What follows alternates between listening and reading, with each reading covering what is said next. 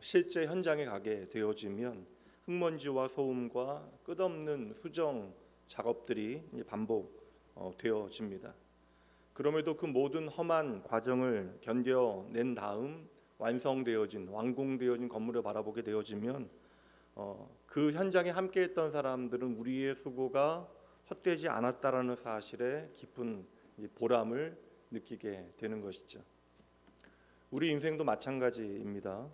사실 세상 살아가는 것이 녹록지 않고 또 세상의 방법으로 하루하루 어찌 보면 버티며 우리의 인생을 우리는 벅차게 이겨내고 있는 것 같은데, 저와 여러분은 여기에다 세상의 방법으로 이 세상을 살아가는 것과 더불어 단지 세상의 방법으로 세상을 살아가는 것에서 멈추지 아니하고 하나님의 나라 백성으로 하나님의 나라의 원리와 방법을 따라 우리의 인생을 살아가야 하니, 그 과정 자체가 우리에게 너무나 큰 도전이 되어지고 또 이것이 우리의 인생에 있어서 가장 어려운 프로젝트가 아닐까라는 생각을 해봅니다.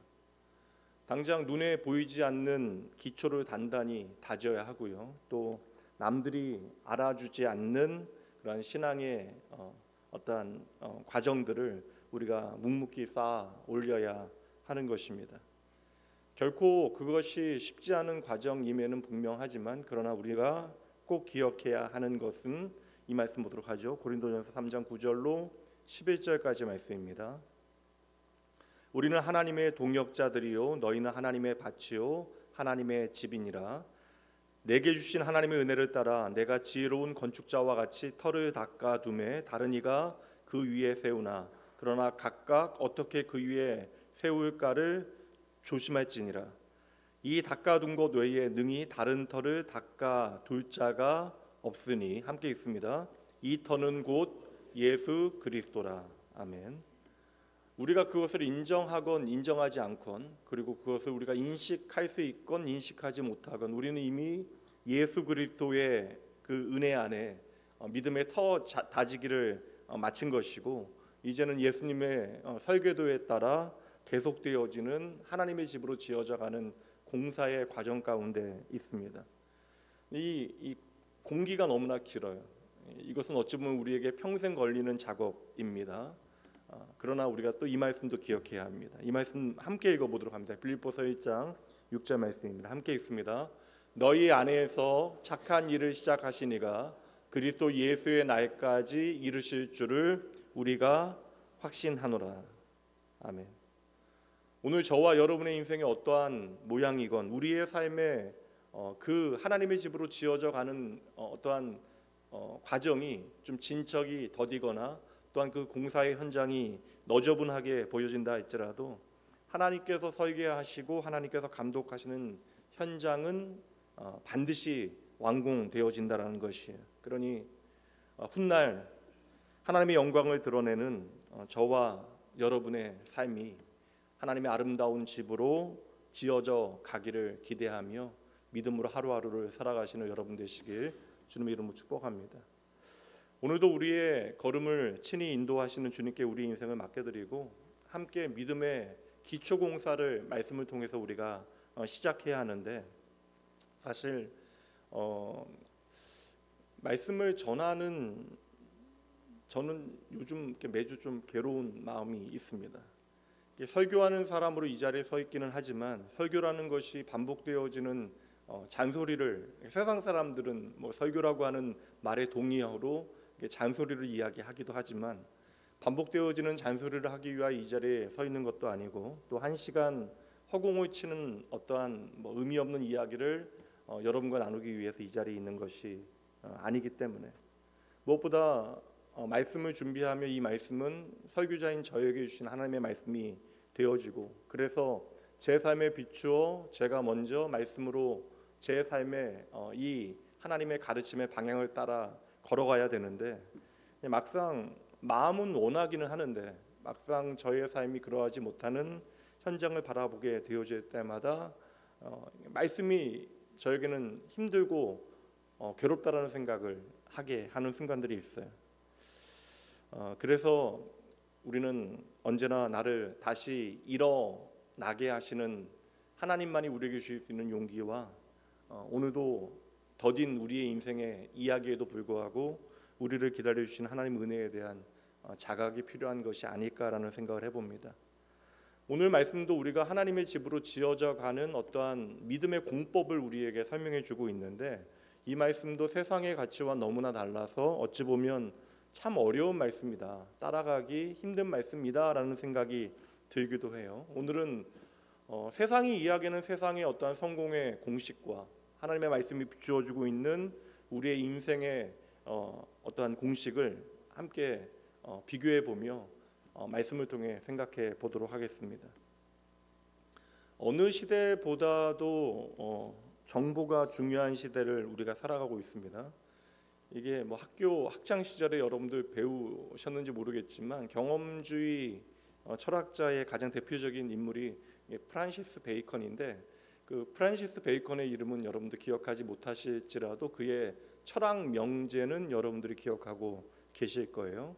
프란시스 베이컨이 한 가장 유명한 말이 아는 것이 힘이다라는 이야기를 했습니다.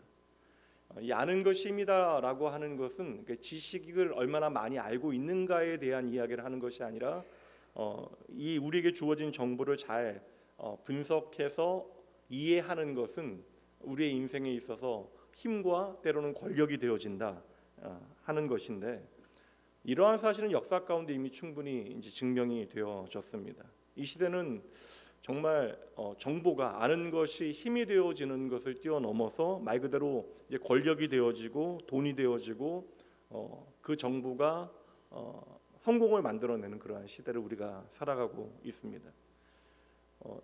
금년 2월 기준 구글의 영상 플랫폼 다들 여러분들 날마다 보시는 유튜브 보니까요, 국내 사용자 수가 금년 2월달 기준으로 4,665만 명이라고 이야기해요. 그러니까 거의 대한민국 국민의 90%에 육박하는 수가 이제 유튜브를 사용한다라고 이야기를 하는 겁니다.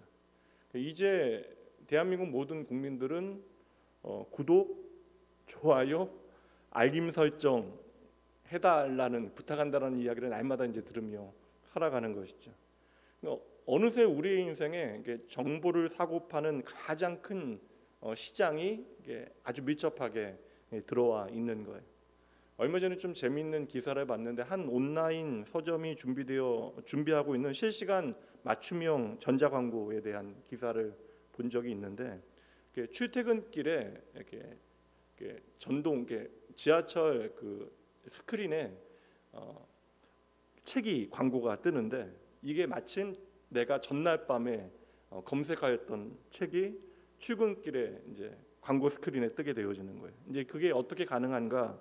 우연이 아니라 승객들의 최근 검색 기록과 이동 동선을 지하철 와이파이를 통하여 분석해서 0.1초 단위로 AI가 광고를 바꾸어주는 시스템이 이미 마련이 되어져 있다라고 하는 거예요. 근데 이게 이제 다른 문제들이 좀 있기 때문에 바로 이제 상용화되는 데는 여러 가지 좀 살펴야 될 부분들이 있다라는 것인데, 우리가 책을 고르기 위하여 잠시 주춤하고 망설이는 그 순간조차도 나도 모르는 사이에 데이터베이스에 남게 되어지고, 아침 출근길에 눈앞에 맞춤 노출로 이제 재등장하게 되어지는 것이죠. 이게 참 놀랍고 편리한 것처럼 여겨지지만 나의 사적인 관심이 사람들이 관심을 갖지 않는다 할지라도 공공 장소의 한복판에 나타나는 것은 어찌 생각해 보면 좀 서늘한 일이 아닐까라는 생각도 해봅니다. 이런 경험 다 해보셨잖아요. 요사이 스마트폰 여러분 날마다 많이 보고 계시니까 우리가 동영상 하나만 봐도 이제 알고리즘이라고 이야기해서 하나만 봐도 그와 연결되어진 비슷한 클립들이 계속해서 떠오르게 되어지고, 우리가 쇼핑몰에서 한번 우연히 봤던 상품, 눌러본 상품이 SNS나 여러 페이지에서 계속해서 피드로, 배너로 등장하게 되어집니다. 요즘 빅데이터라는 이야기가 너무 많으니까 그 거대한 빅데이터의 물결 안에서 우리의 인생이 해석되어지고 예측되어지는 그러한 삶을 살아가고 있다. 그렇게 정보는 빠르고 집요하게 저와 여러분이 드러나기를 이렇게 요구하고 있는 것이죠. 그래서 우리가 원하건 원하지 않건 우리는 그렇게 노출되어 우리 인생을 살아가게 되어집니다. 그리고 이제 그게 생각밖에 그렇게 불편하지 않더라. 근데 불편하지 않은 이유를 생각해 보니까 감추는 것보다 드러내는 것이 우리에게 훨씬 더 유익이 되어지기 때문 아닐까. 쉽게 말하면 내가 나를 계속해서 드러내야 우리는 세상에서 성공하게 되어집니다. 그러니까 다시 말하면 이게 이 시대의 성공의 어떠한 공식이 되어지는 것이죠. 근데 이렇게 생각해 볼 때 오늘 본문의 말씀은 사실 오늘날의 시대상과는 정반대의 길을 우리에게 보여주고 있어요. 예수 그리스도께서는 오늘날 끊임없이 자기를 드러내는 것이 성공의 공식이 되어지는 그 방식과는 전혀 다른 길을 걷고 계십니다.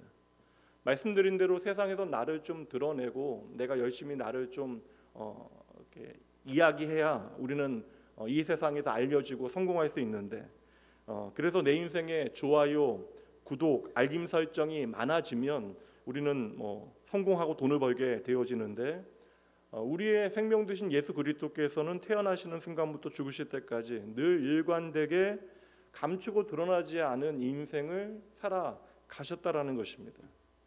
예수님께서 이 땅에 메시아로 오셨던 첫 번째 크리스마스 여러분 잘 기억하시죠?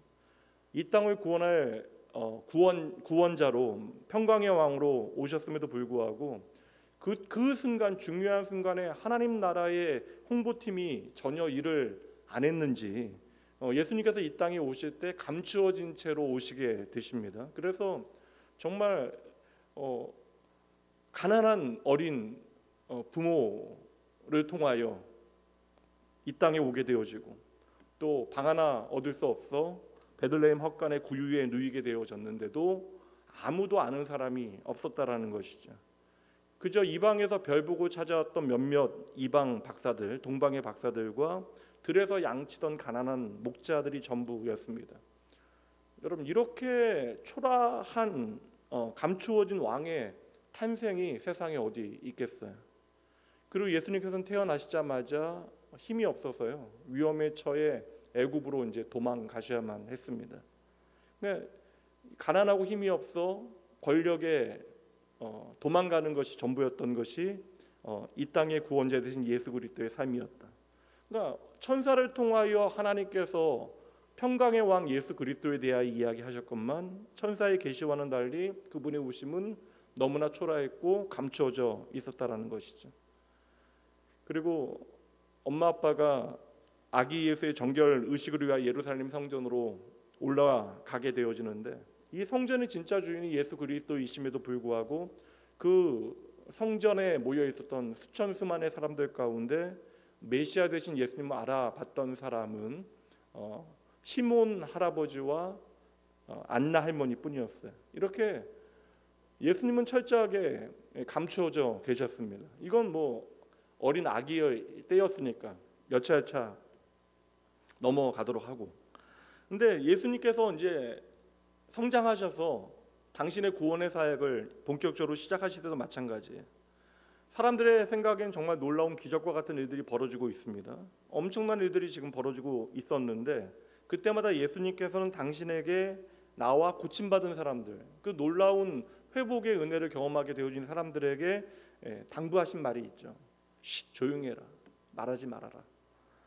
당신께서 기적을 베푸실 때마다 제자들이나 이것을 목격한 사람들에게 오늘날로 이야기하면 지금은 사실 이것을 널리 알려야 되는데 구독, 좋아요, 알림 설정을 부탁해야 되는데 이거 제자들 통해서라도 사람들에게 요청해야 되는데 예수님께서 언제나 일관되게 아무에게도 알리지 말라라고 하는 말을 덧붙이셨다라는 것이죠. 여러분 잘 아시는 그 갈릴리 벳세다에서 여러분 어린아이의 도시락 하나로 물고기 2마리, 보리떡 5개로 여러분 수만의 사람을 먹이신 다음에 많은 사람들이 열광합니다. 이 사람이 왕이 되어지면 이제 우리는 잘 살게 되겠구나. 그렇게 사람들이 예수님을 향하여 열광하며 이제 몰려들게 되어지니까 예수님께서 어찌하셨습니까, 여러분? 도망가시잖아요. 쉽게 얘기하면 여러분 야반도주 하십니다. 그냥 아예 배를 타고 갈릴리 맞은편으로 예수님께서는 도망을 가십니다. 모든 사람들의 관심이 예수님께 집중되어지기 시작하고 제자들의 기대도 하늘을 찌르게 되어져요. 그래서 드디어 많은 사람들의 관심과 기대 가운데 예수님께서 예루살렘에 들어오시는데 이게 여러분 이게 쉽게 얘기하면 수도로 들어오시는 거잖아요. 왕이 되시기 위하여 예수님께서 들어오신다라고 사람들이나 제자들은 다 기대하는데, 왕으로 오시는 예수님께서는 어린 나귀를 타고 초라하게 예루살렘 안으로 들어오십니다. 지난주 성전 스토리 여러분 기억하시겠지만, 많은 사람들의 환호를 받으며 성전 안에 예루살렘에 들어오셨건만 가장 먼저 하셨던 공식적인 일정이 성전에 방문하였던 것이고, 거기서 예수님께서 노끈으로 만든 채찍을 드시고 행하셨던 일들 때문에 권력자들과 사람들의 미움을 사게 되어지고, 예수님을 따르던 자들이 예수님을 떠나가게 되어 실망하게 되어집니다. 그리고 예수님께서 잡히시어 빌라도 앞에서 재판당하시는 장면을 보게 되어지면 너무나 연약해요. 그곳에서 예수님께서는 아무 말도 하지 아니하시고 침묵하십니다. 그 모습을 보게 되어지니까 결국 제자들까지도 다들 도망가게 되어지는 거예요. 그리고 여러분, 상황이 좀 전환되어지고 바뀌어져야 되는데, 극적으로 좀 역전되어져야 되는데 결국 어떻게 되어집니까? 이 모든 상황을 예수님께서는 바꾸지 못하시고 저주의 형틀이 되어지는 십자가에 달려 죽어가게 되어지니, 그 십자가에 비참하게 죽어가는 한 청년의 모습은 실패한 한 사람의 인생을 보여줄 뿐입니다. 이렇게 생각해 보면 예수님은 태어나실 때부터 돌아가실 때까지 그의 삶에 엄청난 이야기들이 있기는 하였지만, 그의 삶은 결국 죽음을 향하게 되어졌고, 그 삶의 과정 가운데서는 일관된 법칙이 발견되어진다는 것이죠. 그러니까 사람들은 성공하고 잘 살기 위하여 끊임없이 나를 표현해야 되고 나를 드러내야 하는데, 자기를 알리기 위하여 애쓰게 되어지는 것이 본능적인 일인데, 예수님께서는 태어나실 때부터 당신의 사역의 모든 과정, 십자가에 달려 죽으시는 그 순간까지도 끊임없이 숨으셨다라는 거예요. 그래서 드러남보다 감춤으로, 높아짐보다 낮아짐으로 예수님께서는 당신의 삶을 살아가셨다라는 것입니다. 그렇다면 우리가 예수로 말미암아 구원받았다면 예수님의 이러한 삶의 일관적인 방식이 우리의 삶에 어떠한 의미가 있는가에 대해서 생각해 볼 필요가 있는 것이죠. 말씀드린 대로 세상은 공개되어지는 것을 성공이라고 이야기해요. 많은 사람들이 나를 알아봐 주는 것에 대하여, 나를 향하여 환호해 주는 것에 대하여 세상은 성공이라고 이야기하는데, 하나님의 나라, 예수님을 통하여 우리에게 가르쳐지는 하나님의 나라의 원리는 감추어져야 도리어 드러난다라고 하는 역설적 진리를 우리에게 말씀하고 있다는 것이죠. 그래서 사실 이게 좀 신학적 용어로는 좀 어려운 표현이긴 한데, 메시아의 비밀이라고, 그러니까 감추어짐으로 드러나게 되어지는 하나님의 방법을 아예 메시아의 비밀이라고 하는 그런 신학적 용어로 설명을 하게 되어져요. 이것을 쉽게 이야기하자면 감추어질 때 알려지고, 낮아질 때 높아지고, 약해질 때 강해진다라고 하는 믿음의 원리가 되어집니다. 바울 사도도 이것을 다시 한번 자신의 서신서 가운데 계속해서 이야기하게 되어지는데, 이러한 방식이 세상의 방식과 정반대에 있으니까, 예수 그리스도께서 우리에게 보여주고 있는 기독교의 진리가 세상의 가치나 경험 안에서는, 심지어 교회에 다니고 있는 우리의 시선에서도 때로는 이해가 되지 않는 거예요. 그리고 당연히 세상 사람들의 입장에서는 그 십자가의 도 복음이 미련하게 보여지는 것이고 바보같이 여겨지는 것이죠. 목사 인터라 제가 좀 좋은 속담들 많지만, 속담 중에 좀 싫어하는 속담이 있습니다. 개처럼 벌어서 정승같이 쓴다. 이게 좀 마음이 들지는 않아요. 사실 사람이라고 하는 존재는 목적과 수단이 같아야 하는 거예요. 그러니까 개처럼 벌어서 한순간에 정승처럼 내가 그것을 사용하는 것도 불가능한 일이지만, 우리가 개처럼 버는 모든 과정이 정당화되어질 수 없는 것이죠. 그러니 우리가 이 속담에 대한 가장 좋은 해석은, 지금 내가 고생해서라도 돈 많이 벌어서 나중엔 좀 넉넉하게 여유 있게 살자 정도로만 이 속담을 받아들이게 되어지는 것입니다. 그런데 예수님께서는 이 땅에 오신 분명한 목적이 있으셨고, 그 목적을 이루시는 수단도 그 목적과 동일하셨다라는 거예요. 예수님께서 이 땅에 오신 목적은 무엇이에요? 저와 여러분을 구원하시기 위함인데, 그러니까 우리를 구원하시기 위해 예수님께서 걸어가셔야 하는 일은 십자가에 죽으시는 길입니다. 그러니까 예수님께서는 우리를 구원하시기 위하여 죽기 위해 이 땅에 오신 분이라는 것이죠. 그러니까 죽기 위해 이 땅에 오신 것이 예수님의 목적이다. 그래서 예수님은 당신의 삶의 과정 가운데 끊임없이 죽음을 통하여 살게 되어지는, 죽어야 산다라고 하는 것을 계속해서 우리에게 말씀해 주시는 것, 이것을 통하여 십자가가 무엇인지를 우리에게 가르쳐 주기를 원하시는 것이죠. 그래서 예수님께서는 이 땅에 오심으로 죽으실 때까지 모든 순간마다 같은 모양으로 살아가셨던 거예요. 당신이 누구이신지, 내가 무엇을 위하여 존재하고 무엇을 위하여 살아가야 하는지를 정확하게 인식하고 계십니다. 그래서 예수님께서는 십자가에 서시는 그 순간까지, 오늘 본문의 말씀인데, 끊임없이 자신을 감추신 거예요. 예수님께서 그렇게 자신을 숨기신 이유는 그 성격이 극단적으로 내성적이어서 그런 것이 아니라는 거예요. 예수님께서는 그러한 삶의 방식을 통하여 세상은 이해할 수 없는 복음의 원리, 하나님의 나라의 방법이 무엇인가를 우리에게 가르쳐 주시는 것입니다. 그래서 예수님은 중요한 선택의 순간마다 드러냄보다 감춤을, 높아짐보다 낮아짐을 선택하신 거예요. 그러니 예수를 믿는 우리조차도 예수님을 매력적으로, 예수님을 좋아하는데 예수님의 삶의 방식을 매력적으로 받아들이지 못하는 거예요. 이사야 선지자가 예수님에 대하여 하신 유명한 말씀이 있습니다. 이 말씀 보도록 하죠. 이사야 53장입니다. 그는 주 앞에서 자라나기를 연한 순 같고 마른 땅에서 나온 뿌리 같아서 고운 모양도 없고 풍채도 없은즉 우리가 보기에 흠모할 만한 아름다운 것이 없도다. 앞에 우리를 구원하고 우리를 회복하시는 메시아에 대하여 말씀하시는데, 그 메시아가 이 땅에 오셨는데 우리가 보기에 흠모할 만한 아름다운 것이 아무것도 없대요. 3절, 그는 멸시를 받아 사람들에게 버림받았고 간고를 많이 겪었으며 질고를 아는 자라. 마치 사람들이 그에게서 얼굴을 가리는 것 같이 멸시를 당하였고 우리도 그를 귀히 여기지 아니하였다. 그러니까 우리가 예수님에 대하여, 이 땅에 오신 예수님에 대하여 갖게 되어지는 태도가 무엇이라는 거예요. 그러니까 예수님을 바라보면서 우리가 흠모할 만한, 그러니까 세상의 기준에 흠모할 만한 아름다운 것을 찾아낼 수 없다라는 거예요. 첫 번째. 그리고 두 번째는 그래서 우리가 그를 귀하게 여기지 아니하였다라는 것이죠. 그래서 우리는 나를 구원하신 예수로 말미암아 하나님을 예배하는 자리에서 우리가 기대하고 만드는 예수님을 오늘도 바라보기를 원하는 것입니다. 그러나 여러분, 우리가 그를 귀히 여기지 아니하였다, 이것이 바로 우리를 구원하신 하나님의 방법이 되어졌다는 거예요. 이것이 바로 십자가의 길이 되어지는 것입니다. 오늘 저와 여러분이 쉽게 이야기해서 예수 믿고 구원받았다라고 이야기하는데, 그렇다면 세상의 방법과 예수님의 인생을 통하여 우리에게 보여주는 진리 사이에서, 그러니까 예수님의 방법과 세상의 방법 사이에서 우리가 스스로 물어봐야 하는 거예요. 나는 무엇을 위하여, 그리고 어떠한 방법으로 이제는 나의 인생을 살아갈 것인가. 그러니까 나의 삶에 내가 예수로 구원받은 자라고 이야기하는데, 그렇다면 내 삶에 나를 구원하신 예수 그리스도의 십자가의 흔적이 있는가?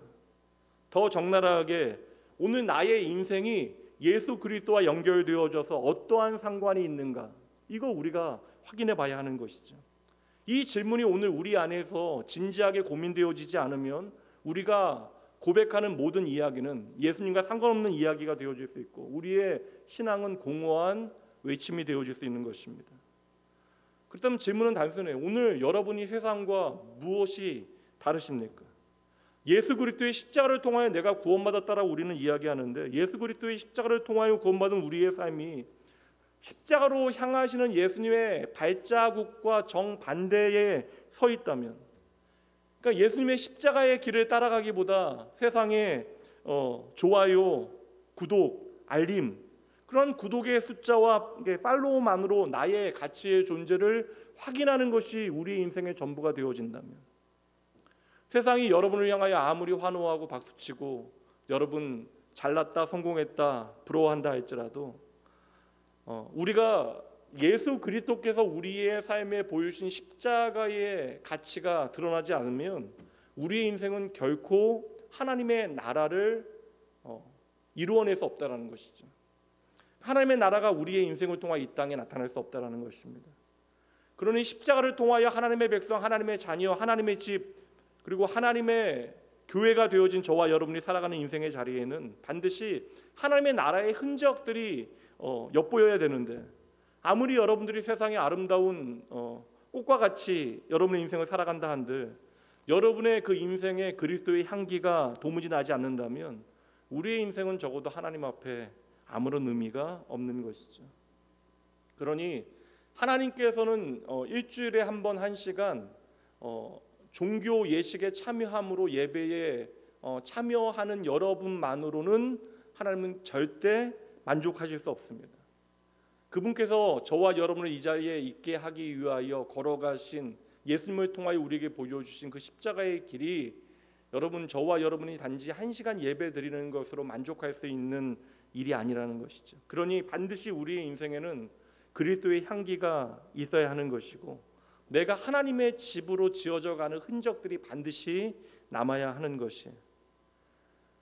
목사의 아들이었던 터라 어릴 때부터 그렇게 모험적인 사람은 아니었지만 이게 성경 속에 한순간으로 좀 가보고 싶다는 생각 많이 했거든요. 구약 성경 특별히 이제 그들과 나를, 그러니까 엉망이었던 이스라엘과 나를 좀 거리감 있게 바라보면서 내가 저기 가면 그래도 모세의 편에 좀 서줄 텐데, 내가 다윗과 함께 할 텐데, 예수님 다 배신할 때 나는 그래도 예수님 옆에 붙어 있을 텐데, 그런 생각하게 되어지거든요. 만약에 여러분 타임머신이 있어서 여러분이 단 하루 성경 속의 어떠한 시점으로 갈 수 있다면, 특별히 예수님의 시간 안으로 들어갈 수 있다면 여러분들은 어떤 상황에 예수님을 만나고 싶으십니까? 저는 오늘 말씀의 현장이거든요.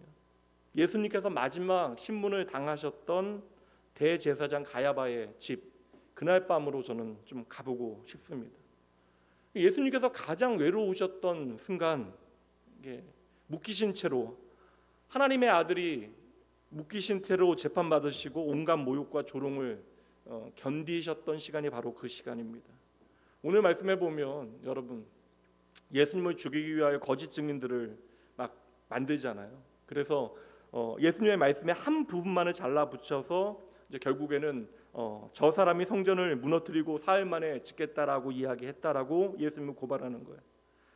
구약의 율법에 억울한 재판이 있지 않게 하기 위해서 적어도 두 명의 증인을 두라고 이야기했는데 대제사장 가야바는 이것은 사람을 보호하기 위하여, 억울한 사람을 보호하기 위한 장치인데 이것을 악용해서 거짓 증인들을 만들어냈던 것이죠. 그래서 조작된 증거로 결국 사형이 결정나게 되어집니다. 근데 사형이 선고나게 되니까 모든 게 이제 끝장났다라고 사람들이 판단하니까 그때로부터 갑자기 사람들이 예수님을 장난감 대하듯 합니다. 얼굴에 침을 뱉어요. 주먹으로 얼굴을 때립니다. 손바닥으로 때리고는 조롱합니다. 네가 그리스도라면 지금 누가 너를 때렸는지 맞춰봐라. 그날 밤 군중들의 살기와 조롱은 가득했지만 재미있는 게 뭐냐면 이게 안타까운 현장이기도 한데 예수님은 단 한마디의 변호도 하지 아니하시고 한 줌의 자기 방어도 없이 끝까지 침묵하셨다라는 거예요. 그래서 저는 만약에 그날 밤 예수님께서 서 계신 그 대제사장의 뜰 한 구석에 설 수 있는 기회가 주어진다면 예수님께 좀 이런 질문을 드려보고 싶어요. 예수님은 억울하지 않으세요? 왜 바보같이 맞고만 계세요? 왜 그렇게 침묵하세요? 율법에도 여러분 눈에는 눈, 이에는 이라고 이야기했는데 우리 주님께서는 너무나 억울한 상황 가운데서도 침묵하십니다. 그것도 초라하게. 사실 이게 아이러니하잖아요. 이게 뺨 맞는 하나님이라는 게 여러분 뺨 맞는 신이라고 하는 개념이 어떻게 가능합니까? 여러분 뒤통수 맞는 메시아, 이게 여러분 그려지는 그림이에요. 이게 현실입니다. 그러나 제가 만약에 예수님께 그러한 질문을 드린다면 예수님께서는 이미 제자들에게 가르쳐 주신 말씀으로 저에게 말씀하지 아니하실까? 마태복음 5장 38절부터 42절까지 제가 읽어드릴게요. 저는 이것이 주님께서 우리에게 주시는 대답이라고 생각을 합니다. 또 눈은 눈으로 이는 이로 갚으라 하였다는 것을 너희가 들었으나 나는 너희에게 이르노니 악한 자를 대적하지 말라. 누구든지 내 오른편 뺨을 치거든 왼편도 돌려대며 또 너를 고발하여 속옷을 가지고자 하는 자에게 겉옷까지도 가지게 하며 또 누구든지 너로 억지로 오리를 가게 하거든 그 사람과 심리를 동행하고 내게 구하는 자에게 주며 내게 꾸고자 하는 자에게 거절하지 말라. 이게 여러분 말이 되냐고요. 전 제일 용납하지 못하는 말씀이 이 말씀이었어요. 오른뺨을 아기를 가지고 나에게 오른뺨을 치는 사람에게 맨뺨을 갖다 대라? 속옷을 빼앗아 가는데 겉옷까지 벗어 줘라? 이거 여러분 도무지 이해가 되지 않는 말씀이에요. 이렇게 바보같이 살면 안 돼요, 여러분. 그런데 왜 이러한 요구를 하실까? 말씀 다음에 보면 45절 말씀에 답이 돼요. 왜 우리가 이러한 삶을 살아가야 하는가? 마태복음 5장 45절 함께 읽어봅니다. 이같이 한즉 하늘에 계신 너희 아버지의 아들이 되리니 이는 하나님이 그 해를 악인과 선인에게 비추시며 비를 의로운 자와 불의한 자에게 내려 주심이라. 가장 제 눈에 들어오는 말씀은 그 말씀이에요. 너희 아버지의 아들이 되리니 이같이 한즉 너희 아버지의 아들이 되리니. 이건 어떠한 말씀이냐면 우리가 이렇게 살 수 있는 이유는 우리가 바로 하나님의 아들이기 때문이다. 그러니까 우리가 이렇게 살아가는 것이 하나님의 아들다운 것이다. 저는 이것이 바로 메시아의 비밀이라고 저는 생각을 합니다. 여러분들에게 아주 단순한 질문을 드리고 싶어요.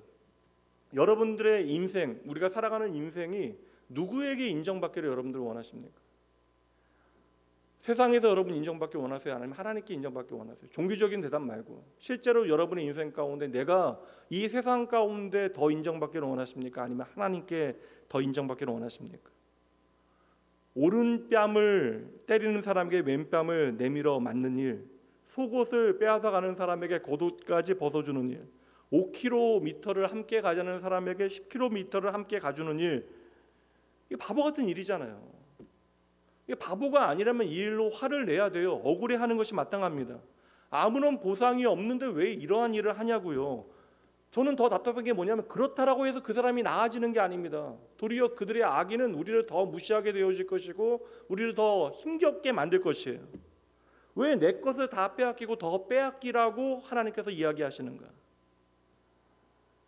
내가 기꺼이 낮아지고 약해지는 것을 두려워하지 않을 수 있는 비결이 있다라는 거예요. 그럼에도 우리가 평안할 수 있는 하늘의 비밀을 예수님께서 우리에게 알려주시는 것입니다. 우리가 억울해하는 상황 가운데서도 억울해하지 않을 수 있는 비밀 무엇이 여러분 45절 말씀대로 우리가 이미 하나님의 아들이기 때문이다.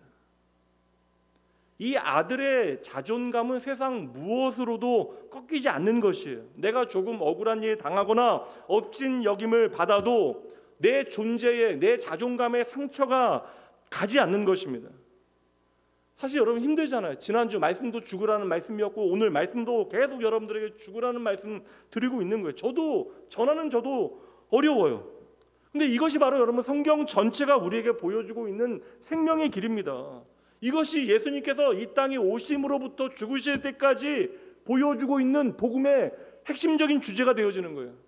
여러분, 우리는 결국 약해집니다. 아무리 우리가 발버둥 쳐도 세상에서 아무리 성공하고 아무리 많은 것들을 누린다 할지라도 세상 최고로 성공한다 할지라도 우리는 시간의 흐름 가운데 결국 약해지게 되어질 거예요. 그러니 여러분 세상 그 무엇으로도 우리는 결국 생명을 얻을 수 없습니다. 그 생명을 살 수 없는 거예요. 그러니 우리가 연약해지는 그 모든 과정, 죽음을 향하여 걸어가는 그 한 걸음 한 걸음이 하나님의 영혼을 사는, 영혼을 향하는 발걸음이 되어져야 한다는 것이죠. 우리가 하나님의 나라를 상속하고 그 하늘의 평안을 우리의 삶에서 누리기 위해서는 다른 방법이 없습니다. 저와 여러분이 이 세상을 향하여 죽어야 한다는 거예요. 세상에 묶여 우리가 하나님의 나라를 내 삶에 살아낼 수 없기에 우리는 하나님의 나라를 소망하기 위하여 기꺼이 세상의 가치를 내 삶으로부터 떨어뜨리는 작업들을 계속해서 해나가야 하는 거예요. 그럴 때 우리는 비로소 하나님의 집으로 지어져 가게 되어지는 것이죠. 사실은 어제도 말씀을 준비하면서 제가 이 말씀을 담대히 여러분들에게 충분히 전할 수 있을까에 대한 고민이 있었습니다. 그럼 말씀의 주제를 지난주 이번주 정해놓고 좀 가슴이 두근두근해요. 이게 전한다라고 하는 그 사실이 두려운 것이 아니라 하나님의 나라의 가치, 십자가의 그 복음을 우리의 삶에 살아내는 것이 너무나 어려운 일이기 때문에 두려운 일입니다. 그러나 여러분, 이 길이 생명의 길이에요. 그러니 우리가 정신 차리고 십자가의 주님 바라보고 이 길을 걸어가야 하는 것이죠. 우리가 성경 어디를 다 펼쳐봐도 주제는 한결같아요.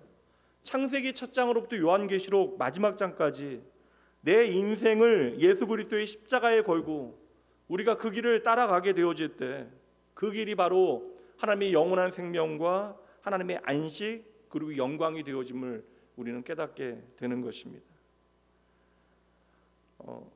저는 뭐 돈을 버는 법도 잘 모르고 몰라요. 열심히 노력하면 뭐 가능할지는 모르겠어요.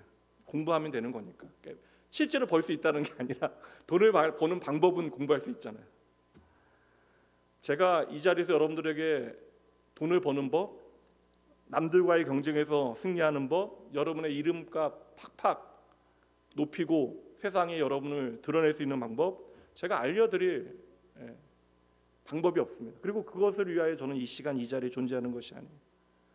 부족하고 모자라도 제가 마지막까지 열심히 해야 되는 것은 주님께서 우리에게 보이신 생명의 길이 무엇인지를 여러분들에게 끊임없이 알려드리는 일이에요.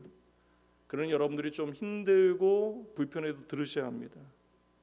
이 길이 우리에게는 생명이 되어지고 하나님의 샬롬을 이 땅에서 누릴 수 있는 방법이 되기 때문에 그러합니다. 오늘 우리는 정보로 드러나고 눈에 보이는 성취로 경쟁하는 시대를 살아가고 있어요. 나만 그런 게 아니라 우리의 자녀들도 그 현장에 노출되어져 있습니다.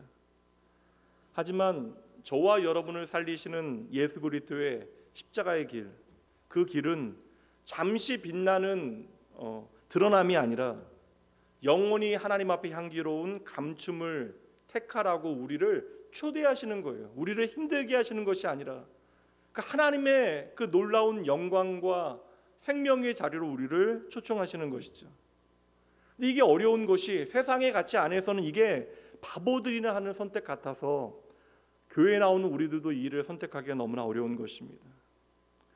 억울한 말을 듣게 되어졌을 때 즉각 반격하기보다 잠시 침묵하며 십자가의 그 길을 기억하고 심리를 더 걸어줄 수 있는 용기요, 가정과 일터의 그 수많은 갈등 앞에서 내가 권리를 주장하기보다 거독까지 내어주는 그러한 관용, 이름값을 높이라라고 하는 이 세상 가운데 내 이름 대신 예수 그리스도의 이름을 높이고자 나를 낮추는 겸손, 이게 너무나 어려운 일이기 때문에 우리는 매주 예배 가운데 다시 배우고 다시 익히고 다시 일어나고 다시 살아가야 하는 것입니다. 그렇게 우리가 세상은 알 수 없는 내가 예수로 죽고 예수로 사는 이 복음의 역설이 주님의 십자가로부터 우리의 심장을 관통하게 되어질 때, 그때서야 나의 삶이, 나의 가정이, 나의 자녀가 주의 몸된 교회가 하나님의 샬롬을 풍성히 누리게 되는 것입니다. 그러니 오늘 어두운 가야바의 뜰에 홀로 서신 주님을 기억하시면서 주님께서 우리에게 보여주시는 그 생명의 길을 분명히 바라보셔야 돼요. 오늘은 이 말씀으로 설교를 마무리하도록 하겠습니다. 빌립보서 2장 5절부터 11절입니다. 제가 천천히 읽습니다. 너희 안에 이 마음을 품으라. 곧 그리스도 예수의 마음이니 그는 근본 하나님의 본체시나 하나님과 동등됨을 취할 것으로 여기지 아니하시고 오히려 자기를 비워 종의 형체를 가지사 사람들과 같이 되셨고 사람의 모양으로 나타나서 자기를 낮추시고 죽기까지 복종하셨으니 곧 십자가에 죽으심이라. 이러므로 하나님이 그를 지극히 높여 모든 이름 위에 뛰어난 이름을 주사 하늘에 있는 자들과 땅에 있는 자들과 땅 아래에 있는 자들로 모든 무릎을 예수의 이름에 꿇게 하시고 모든 입으로 예수 그리스도를 주라 시인하여 하나님 아버지께 영광을 돌리게 하셨느니라. 아멘. 성도 여러분, 나를 드러내야 한다라고 하는 어떠한 강박과 세상의 요구 가운데 우리가 너무 지치게 되어지는 순간들이 있어요. 그러나 여러분 잘 보세요. 예수 그리스도 안에서 나를 감출수록 그곳에 예수 그리스도께서 더욱 드러나게 되어지고, 내가 낮아지는 그 자리에, 그 가난한 마음에 예수 그리스도의 생명은 자라나게 되어지는 줄 믿으시기 바랍니다. 그래서 우리가 예수 안에서 낮아져야 높아지는 것이고, 감추어져야 알려지는 것이고, 약해져야 강해지는 것입니다. 이 십자가 복음의 길을 여러분 한 걸음 한 걸음 잘 걸어 하나님께 인정받고 여러분의 삶이 하늘의 평안과 생명의 풍요를 풍성히 누리는 복된 인생 되어지길 주님의 이름으로 축복합니다. 기도합니다. 하나님 우리 아버지, 오늘도 거룩한 하나님의 날 저희들 예배의 자리로 불러주시고, 메시아의 비밀, 죽어야 사는 길, 그 십자가의 길을 말씀을 통하여 일깨워 주시니 하나님 감사합니다. 저희들 여전히 세상의 인정과 드러남과 성공과 안락함을 쫓으며 세상의 구독과 좋아요, 그것에 마음을 빼앗기는 순간들이 얼마나 많은지, 예수를 믿는다 하면서도 주님만으로 충분치 않아 발버둥치고, 때로는 억울함을 참지 못해 대받아치고, 손해를 두려워하고, 무언가를 움켜쥐지 못해 불안해하고, 내 이름을 높이지 못해 그 이름을 높이기 위하여 나도 모르게 아버지 이름을 가리게 되어질 때가 많았음을 주님 앞에 솔직히 고백합니다. 가야바들에서 침묵하며 가장 낮은 자리에서 그 고난의 길, 죽음의 길을 걸어가신 주님 앞에 하나님, 우리의 모든 불안과 두려움, 그리고 내가 나를 책임지고자 하는 그 교만을 내려놓기 원하오니 주여 십자가의 보혈로 저희를 깨끗이 씻어 주시옵소서. 저희들 여전히 이 땅을 살아가나 이 땅의 결핍이 우리의 절망의 이유 되어지지 아니하도록 우리의 마음을 지켜주시고, 하나님의 나라 백성으로 저희의 인생 제대로 살아가야 할 터인데 저희가 하나님의 방법으로 살아갈 만한 지혜와 용기가 부족하오니 하나님, 저에게 은혜를 더하시어 십자가의 빛을 사모하게 하시고, 내가 감추어질 때 예수 그리스도께서 드러나시고, 내가 낮추어질 때 그리스도의 생명이 우리 안에 자라게 되어지는 복음의 원리를 따라 하나님께서 인정하시는 복되고 아름다운 삶을 살아갈 수 있도록 날마다 성령 하나님을 통하여 친히 인도하여 주시옵소서. 오늘도 내일도 영원히 우리의 삶에 함께하여 주시는 모든 어둠을 비추는 빛 대신 예수 그리스도, 그 이름으로 축복하며 간절히 기도합니다. 아멘. 헌금 봉헌합니다. 여러분 말씀 기억하시면서 잠시 여러분의 고백으로 나아가시죠. 예배의 완성은 결국 하나님의 말씀이 선포되어질 때 그 말씀에 내가 하나님 앞에 드릴 수 있는 믿음의 고백, 그리고 결단과 헌신에 있는 거예요. 이 시간 여러분의 정직한 고백을 십자가의 예수 그리스도, 나의 영원한 생명이 되신 주님 앞에 드리시죠. 함께 기도합니다.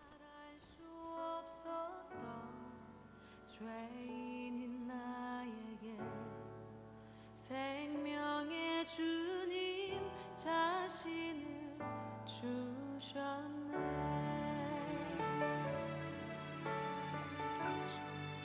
계절은 흐르고 꽃은 피워져도 시들지 않은 생명이 하나님 주님, 아버지 샬롬으로 살아가는 주님을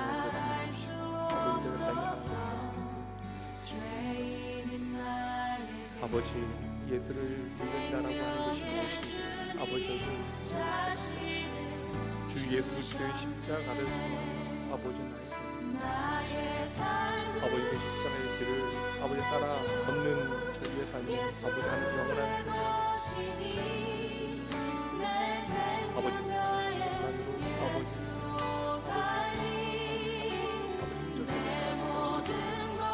하나님 연약한 저희의 삶에 아버지를 찬양하시고 하나님 아버지 감사합니다. 십자가에서 친히 모든 것을 저희에게 내어주심으로 저희를 구원의 길로 인도하시고, 이처럼 하나님을 예배할 수 있는 자리로 아버지 불러주셨으니 하나님, 이 하나님의 은혜 기억하며 저희들이 이 시간 주님 앞에 감사드립니다. 저희의 손에 가진 것 정말 작은 것이지만 감추어짐 속에 생명을 피워내신 나의 주 나의 예수님처럼 저희들 겸손히 이 시간 내 삶의 유일한 소망이 하나님이심을 고백하며 이 헌금 드리오니 주여 받아 주시옵소서. 저희들의 드림이 단순한 헌금이 아니라 죽어야 사는 길을 따르겠다라고 하는 믿음의 고백이 되어지게 하시고, 그리하여 사랑하는 주의 자녀들의 삶이 하나님의 아름다운 집으로 지어져가는 복된 은혜가 주의 백성들의 삶에 풍성히 나타날 수 있도록 주여 함께하여 주시옵소서. 드린 손길마다 하늘의 평강으로 채워주시고 모든 부족함을 아버지여 하나님을 향한 가난한 마음으로 바꾸시되 그 부족함을 부족함으로 남겨두지 아니하시고 아버지여 풍요함으로 하나님의 은혜를 고백하는 주의 자녀들의 삶이 되어질 수 있도록 주여 친히 이들의 삶 가운데 일하여 주시옵소서. 지금도 살아 역사하시는 우리의 생명 되신 예수 그리스도 그 이름으로 축복하며 간절히 기도합니다. 이제는 우리 주 예수 그리스도의 은혜와 하나님의 사랑하심, 성령 하나님의 함께하심이 오늘 말씀 앞에 자신을 내려놓고 십자가를 통하여 친히 우리에게 보이신 메시아의 비밀을 따라 감추어짐과 낮아짐으로 주님께서 우리에게 보여주시는 생명의 길을 기꺼이 걷기로 결단하고 다짐하는 주의 모든 백성들 위해, 이들의 가정과 일터 위에 지금으로부터 영원까지 함께 있을지어다. 아멘.